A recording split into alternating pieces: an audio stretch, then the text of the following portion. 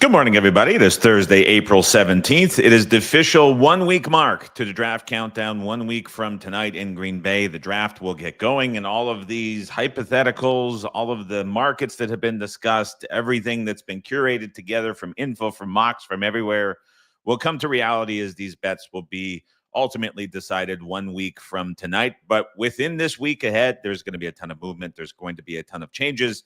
There's going to be a ton of things to look at as well. And last night we got a decent example of that, was there were two influential podcasts, one from ETR, one from 4 for 4, that were published. And we saw a lot of new opinions enter the market. We saw a lot of perhaps tailwinds from those opinions expressed on the podcast, both of them kind of doing it for the first time. I know there's been other shows that both have done. They've all been great, but we saw last night some impact from that. And what typically happens with this as we get to the final week leading up to the draft is you start to see other opinions enter the market. You start to see more info enter the market, and you start to see a lot of changes. So in this episode, I'm going to kind of talk about the overlying topics that were introduced, some different things to think about, and then look through some of the markets that were impacted and speculate on where some of these prices may go. Before we get to the first topic, I want to remind everybody about oddslogic.com. You can use RAS for a free 7-day trial. A perfect time, mid-April. Not a lot of football going on beyond the draft. You can look at a few NBA games, a few NHL games as you get into the playoffs. MLB every day. Great time to try and test out a different odds screen. I think everybody will be very impressed by Odds Logic. If you head over to oddslogic.com and use RAS as a free 7-day trial, you can do it for absolutely free and see why Odds Logic has the same speed, same coverage, and can be used on desktop or mobile as an advantage over other odds comparison products for eventually 1/5 of the price past the free trial. I think everyone will be impressed by Odds Logic. And if you want that free 7-day trial, use the promo code RAS.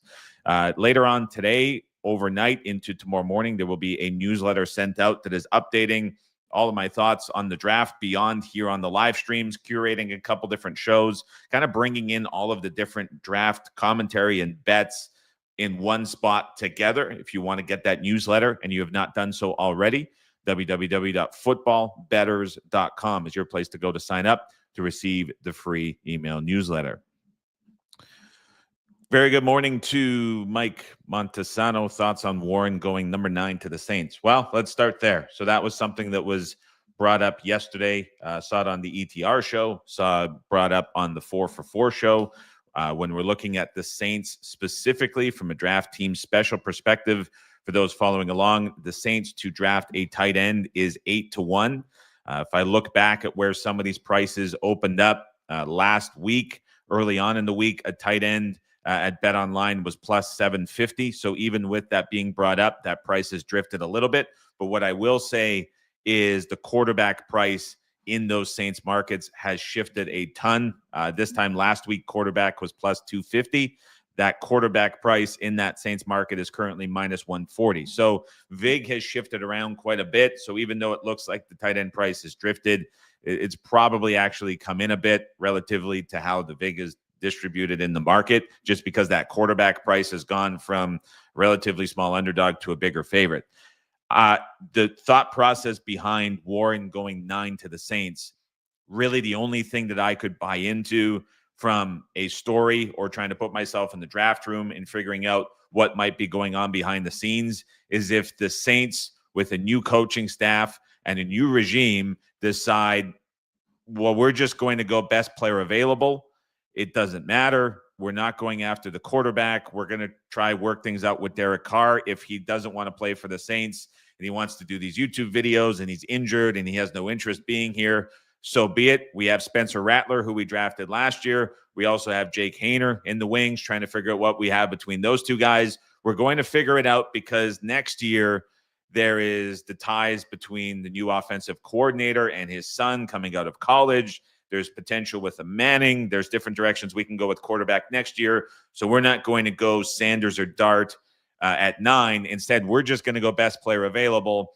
And at that point, depending what draft board you look at, Tyler Warren, depending how it goes ahead of it, could be that best player available. So, Mike, that would be the one story that I think you would have to buy into if you're doing that. Now, here's a question that I would pose in a counter of that. Like, let's say that that's the angle you're buying into. I think that that's completely fair. How confident are we that Warren is going to be labeled as that best player available at number 9? I don't know if I'm a high level of confidence in that being the case, the way that things are shaping up here the last few days. There's even discussions now that seem to be very real about Loveland being a higher rated tight end than Warren. I think that's probably still a bit of a stretch, but I do get the impression that Warren being BPA at number 9, if things fall as they do ahead, and you buy into the Saints not going quarterback, might not be as much of a slam dunk as it may have been about a week ago. I think if we were doing the show last Thursday, I would say that if you don't think the Saints go QB, that makes the most sense. But I don't know if that's necessarily the case right now. Obviously, the price reflects that at 8-1, but that's how I might kind of throw a wrench in that. So that would be my thoughts there. I see the path, but there's questions on whether or not that would be the case at 9. Ryan Roberts says, good morning. Seeing more and more of Golden at 12. Yeah, you're right. We've talked about this quite a bit over the last week. The speed element that he brings, whether or not it translates on the field, on the opposite side of CeeDee Lamb, would be amazing from a Cowboys offense perspective. There's growing sentiment. We talked about it yesterday here on the live stream. We saw it mentioned on both shows, ETR and 4 for 4 yesterday, as trying to speculate who is going to be wide receiver number 1, pardon me. Matthew Golden is viewed as wide receiver number 2. Ted McMillan is viewed as wide receiver number 1. Golden at plus 150 was mentioned as a bet. Potentially, I can't remember who had it and then who was like speculating on both of those shows yesterday. We talked about it here on the show yesterday as well.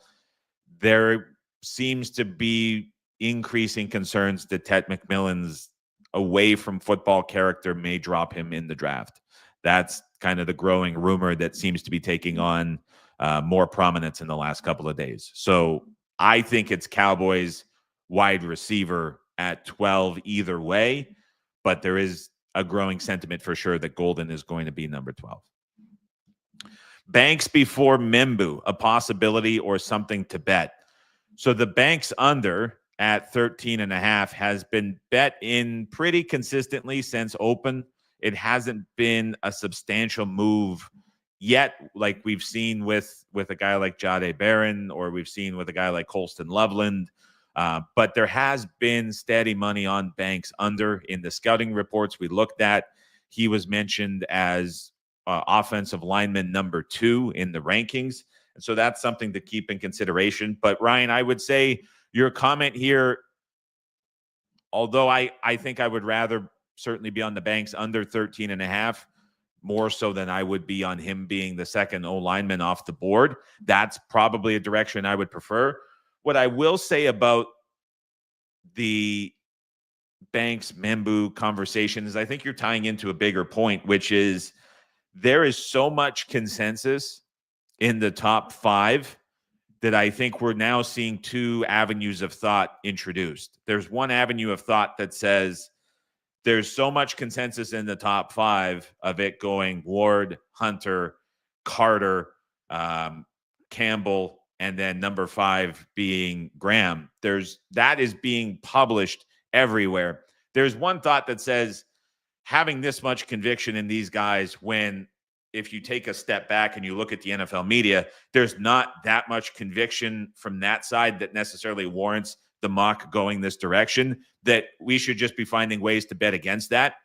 I think that that's a very real thing, especially the way that some of these prices have come in and some of these have moved. But then I also think there's another avenue of thought where there's people who are creating content, creating mock drafts, participating in those discussions that have to do it because it's their job, but don't want to just do the same thing that everybody else is doing. And when it's an info-driven market like this, it's really hard to see something like that and then say that was firmly in that side of the camp of just doing it to be different. I think that's becoming a really hard thing to decipher between at the moment. And so I've seen in the last 24 hours a ton of Membu going number 6 to the Raiders and why that price at 6.5, heavily shaded to the over, is not justified. I don't know how much of that is real. I've seen the Spytech interview where he hinted at it, but there were also very strong hints at him drafting Genty. I saw the Schefter comment about Membu at 6, but I've also seen the Schefter comments about Genty at 6. Those Genty ones came first. Now it's Membu ones coming second. But then I've also seen now a growing number of mock drafts that have a difference in these two slots. But I don't know how many of those mock drafts just are doing it to be different and not do the same thing that everybody else is doing. And so I think these top 6 picks, past the top 5 I just mentioned, adding in Genty at 6, adding in Membu at 7th, if you look at 100 different mock drafts right now, that top 7 is a very large percentage of those mock drafts relative to past years where we might have a consensus 2 or 3. That's being put, I mean, in so many different places. So I'm struggling with trying to buy into what the consistent info has been the last 2 weeks, leading to this overwhelming consensus in the top 7 and how these guys are going to fall. I'm struggling with comparing that to some of the growing mock drafts that we're seeing that are just trying to be different and really believing if those differences are real or if it's just people trying to be different. I will say right now, like if we think about this, Travis Hunter to go number 2 is currently sitting at minus 330, minus 350. Comparatively, if we're looking at that for a Membu Banks option, if you're thinking that the Membu money, which has been from minus 220 up to minus 450, has been representative of him going to the Jets or his starting point in the market being the Jets at 7, you're effectively laying a little bit higher of a price on Membu to go 7th than you are Hunter to go 2nd. I think that's kind of a reflection of where you might be looking at this and saying, like, realistically, what's the chances of Hunter going number 2 to the Browns versus Membu going 7th? Or in other words, him ending up at 5th or 6th in some change of path or direction. I think we would probably all agree that Hunter going 2 is a more likely possibility than that. But that has now become something that is priced the other way.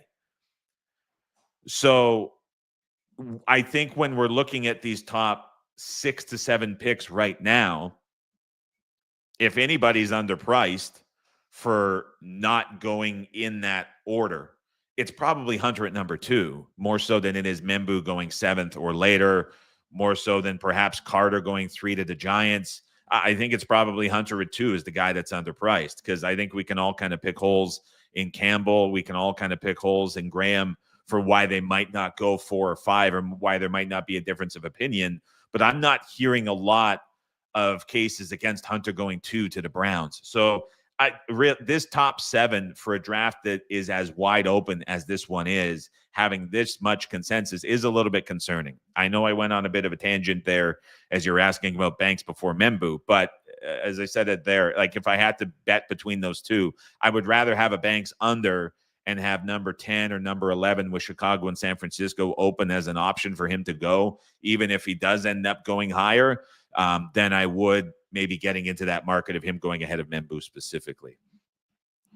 Birdie has a question. He says, Brady has been mentoring Sanders for years, private workouts, coachings. It seems like the question is, why would the Raiders not take Sanders? I wonder if Brady passes on how does he go in the first round. I butchered the last sentence of that. I don't buy into that personally, Birdie. I look at the Raiders right now. They have a new GM that is all about physicality and putting things on tape that stand out, and he's trying to push that message.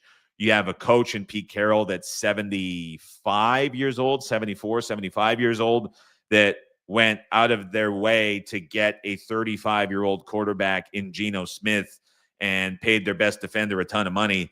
There's nothing about the Raiders going into this season so far that, to me, would suggest that they're looking at this as a longer-term build or a longer-term reset.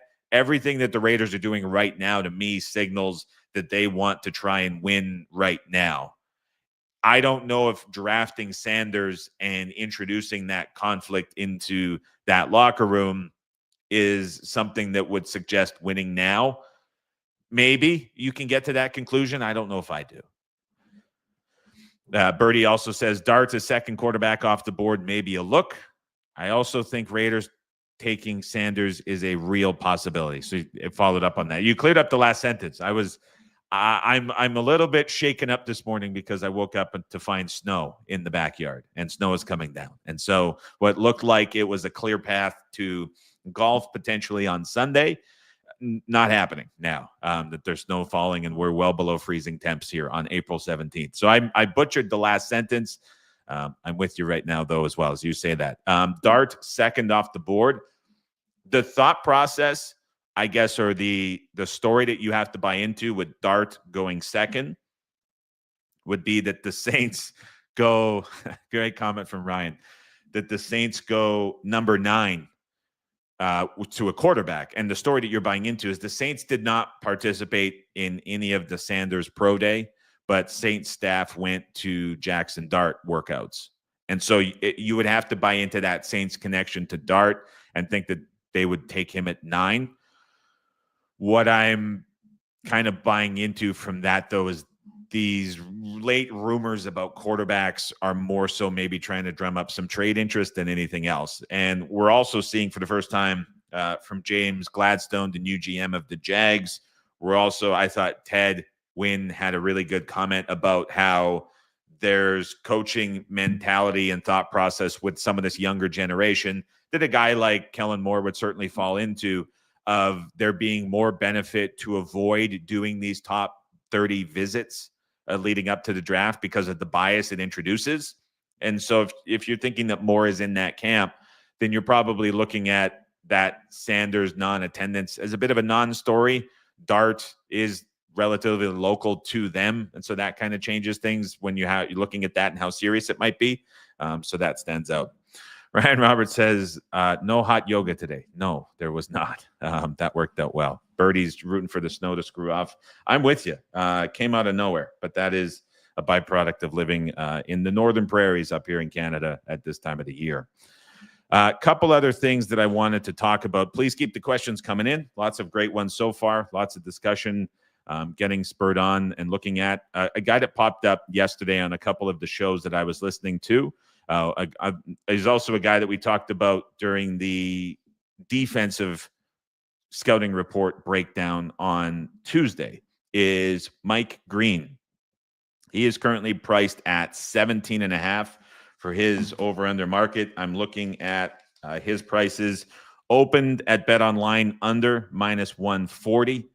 Opened at DK under -140. And so there's been very little movement. It's currently under 17.5, -135 for Mike Green. The over is +105 in from +110.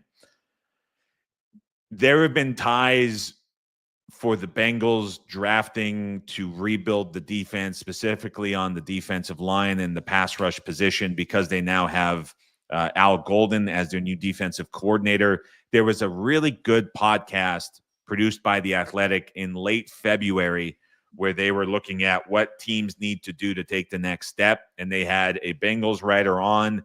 And I thought the illustration of how the Bengals are looking to build youth, because that's what Golden was brought in to do. And that's his specialty and that's his calling card. And it's a change from Lou Anarumo and this new dynamic that's going to be introduced.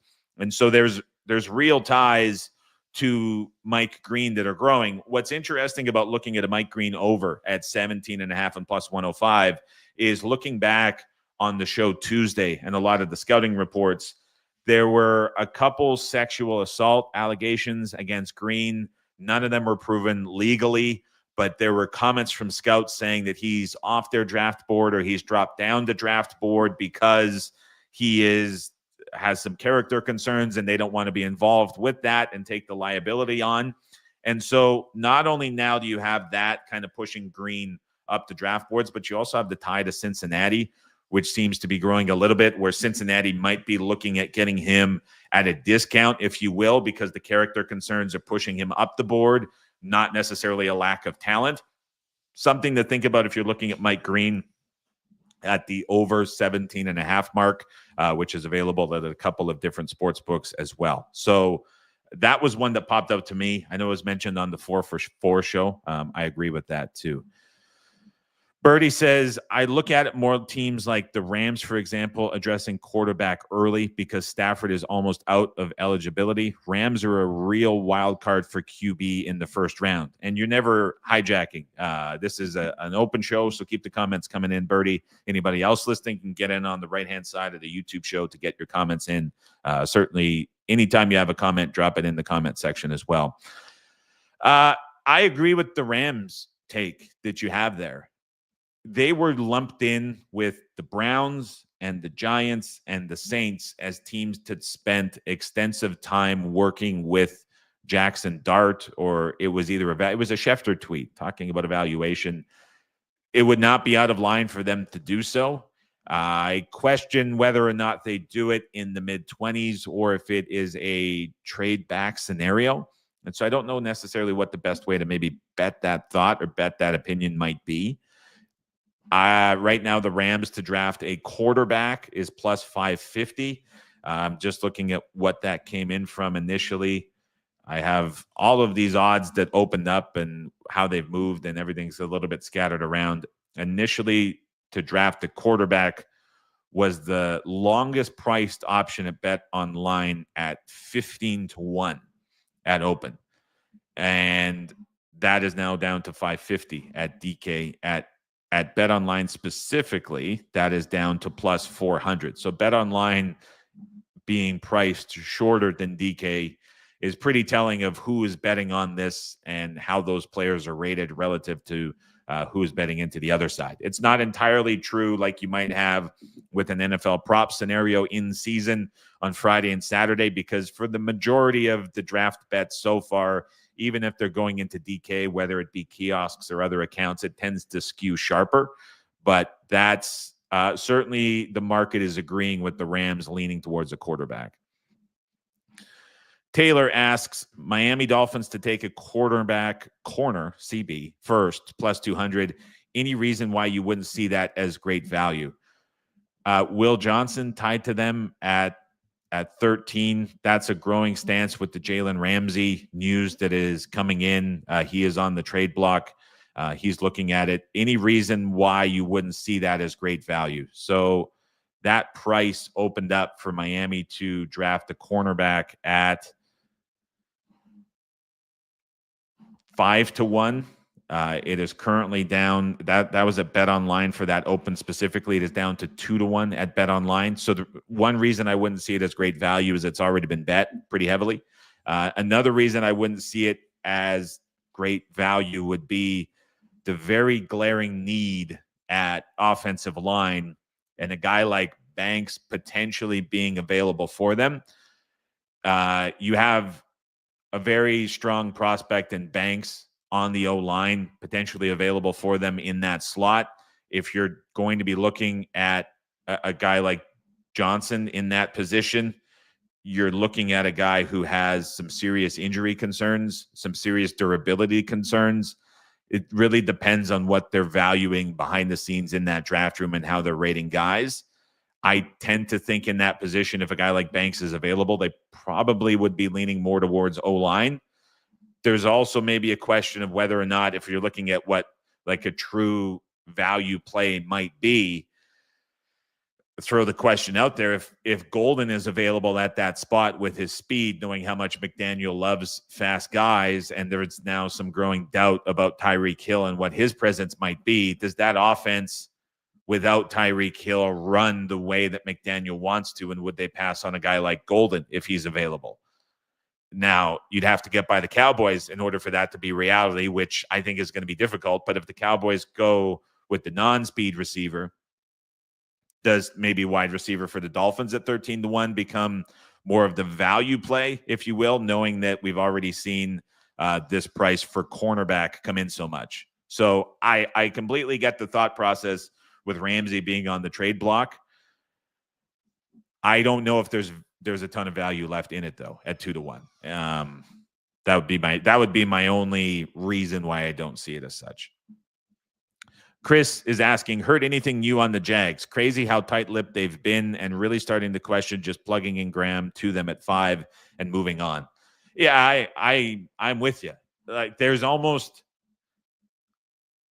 and this will be a bit of an exaggeration, but there's almost the same level of conviction by those speculating around the draft that Graham is going number 5 as there is conviction that Hunter is going number 2. Which is kind of crazy to think about it.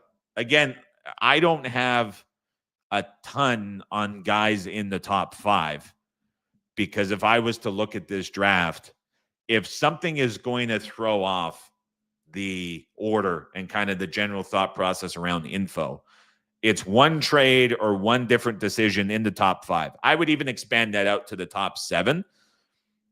I don't think there's any doubt about Ward at 1. There really shouldn't be a lot of doubt about Hunter at 2.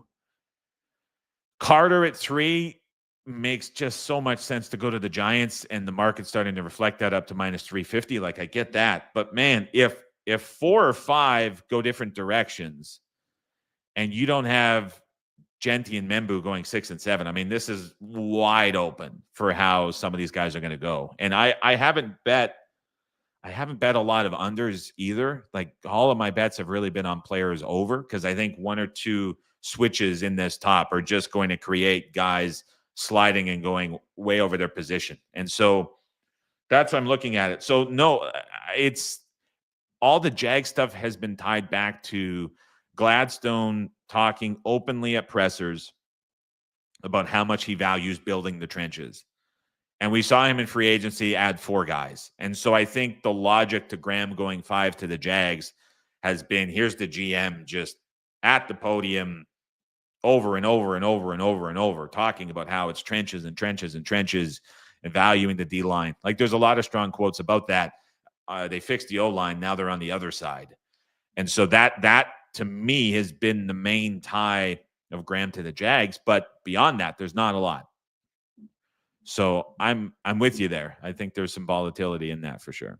I will say on the counter side to that, if the top 7 goes Ward, Hunter, Carter, Campbell, Graham, Genty, Membu, if those top 7 fall down, there's going to be a lot of people making a lot of money.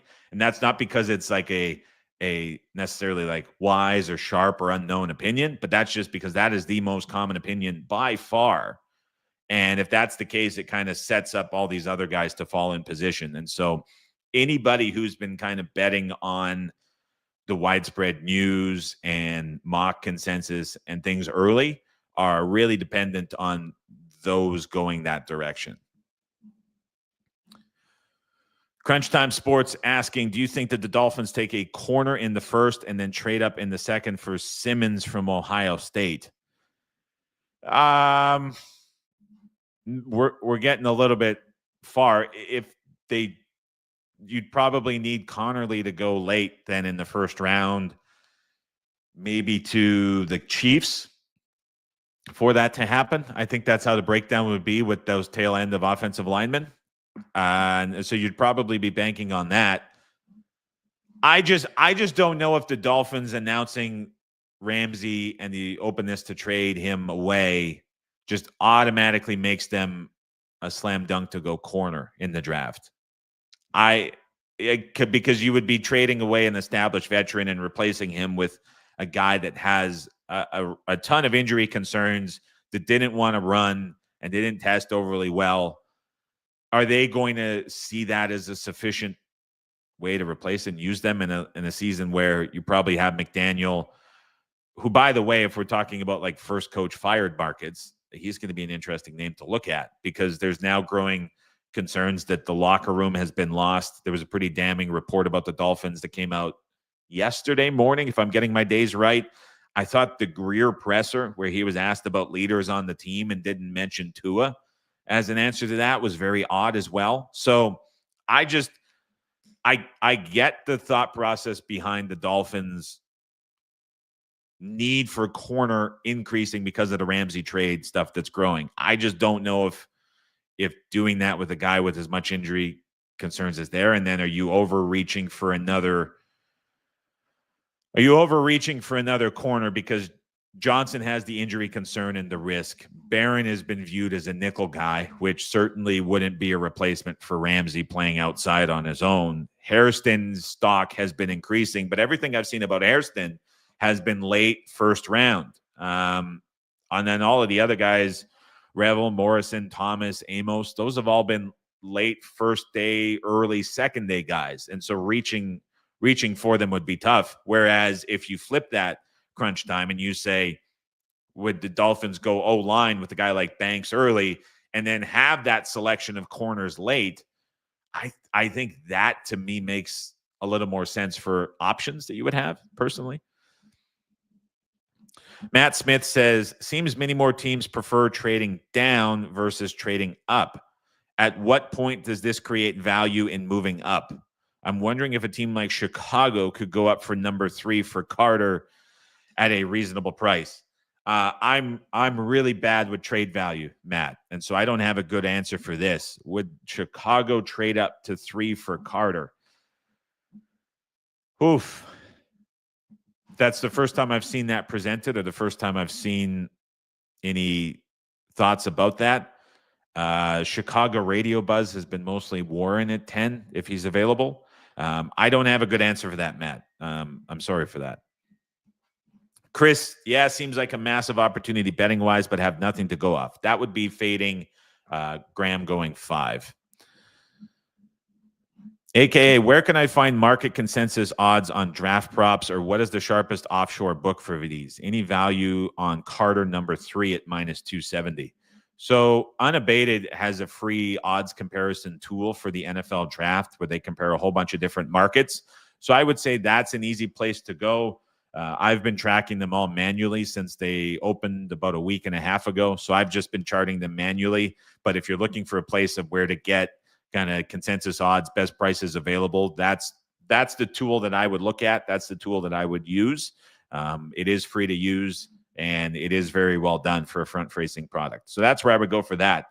In terms of what is the sharpest offshore book for these, that's a tough question to answer because immediately everybody is going to think the prices at DraftKings are for squares and they should never be looked at and they should never be referenced.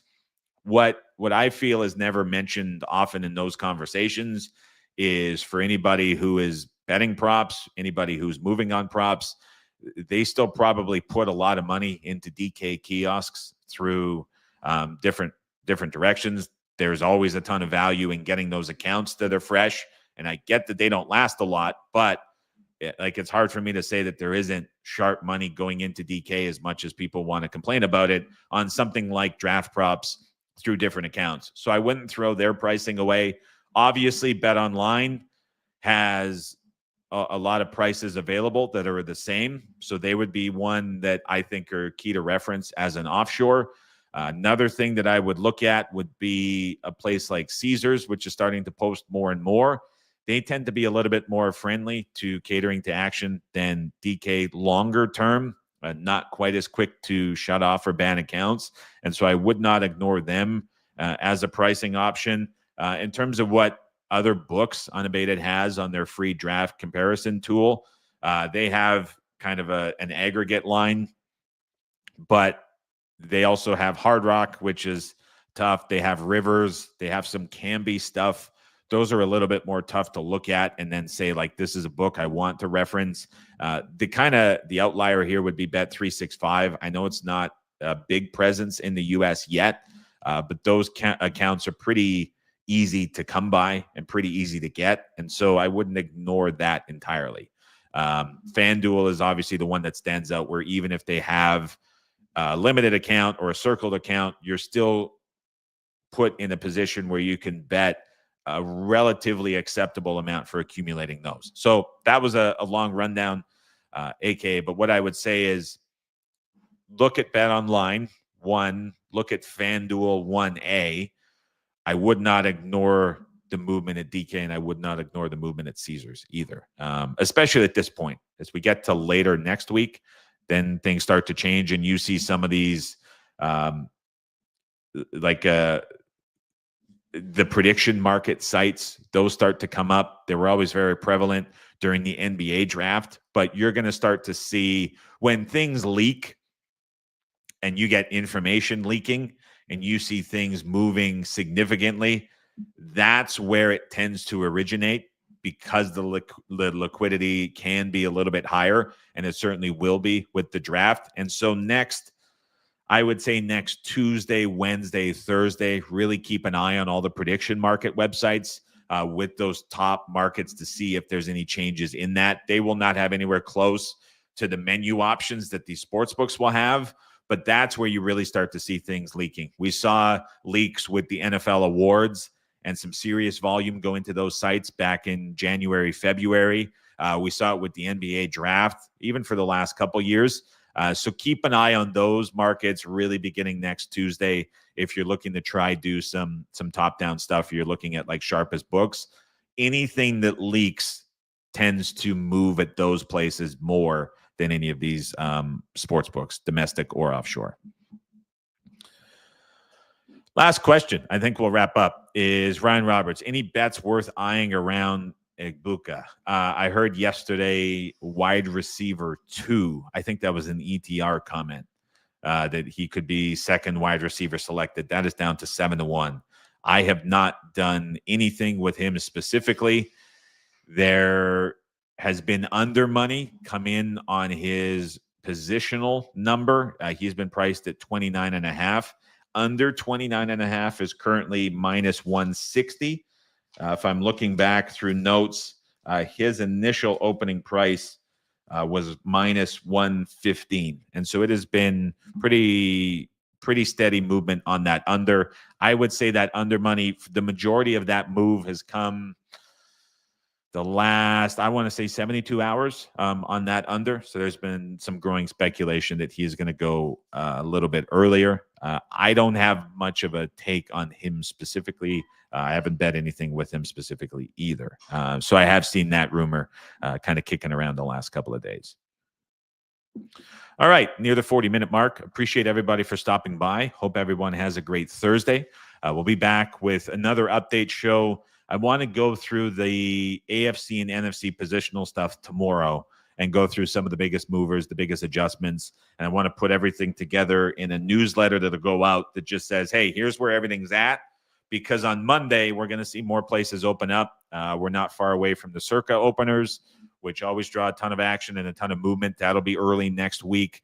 And I just want everybody to kind of be at that same spot where you know where everything's been to this point, because it's going to become an evaluation next week, Monday, Tuesday, of here's where everything started, here's where everything is. Now, where is everything going to go betting-wise? And if you don't have that context and you're looking at everything fresh, on a guy like Barron, for example, I know Silva had him going 5, which would just be a killer for me if that came through. But we might see a place like Circa next week post a completely different number on him than what we've seen at some of these books. And maybe they buy into the going into 20 stuff, or maybe they're leaning back more towards him. And you might be looking at that price for the first time ever when there's been a lot of action so far on him. Same thing with Loveland and a few other guys. And so I just want to have everybody kind of refresh to the same point. I think that could be useful. And so tomorrow's episode will be working towards that, as will the next newsletter edition at footballbetters.com, as next week is going to be pretty fast and quick with some of these moves and some of these adjustments, especially if the consensus inside the top 5 begins moving. And of course, before you leave, as I hit live, stop on the live stream or stop on the podcast. You get to the end of the episode. Unless you're driving, just take a second. Go to oddslogic.com. Free 7-day trial with the promo code RAS. Desktop, mobile, live odds comparison. The speed is great. The alerts are great. The injuries are great. I think it's a very valuable tool for everybody to use. So as I hit stop, if you haven't done so yet, head over to oddslogic.com. Sign up for the free 7-day trial. Use the promo code RAS. Thanks, everybody. We'll chat to you again, same time tomorrow, 8 a.m. Pacific, 11 a.m. Eastern Time.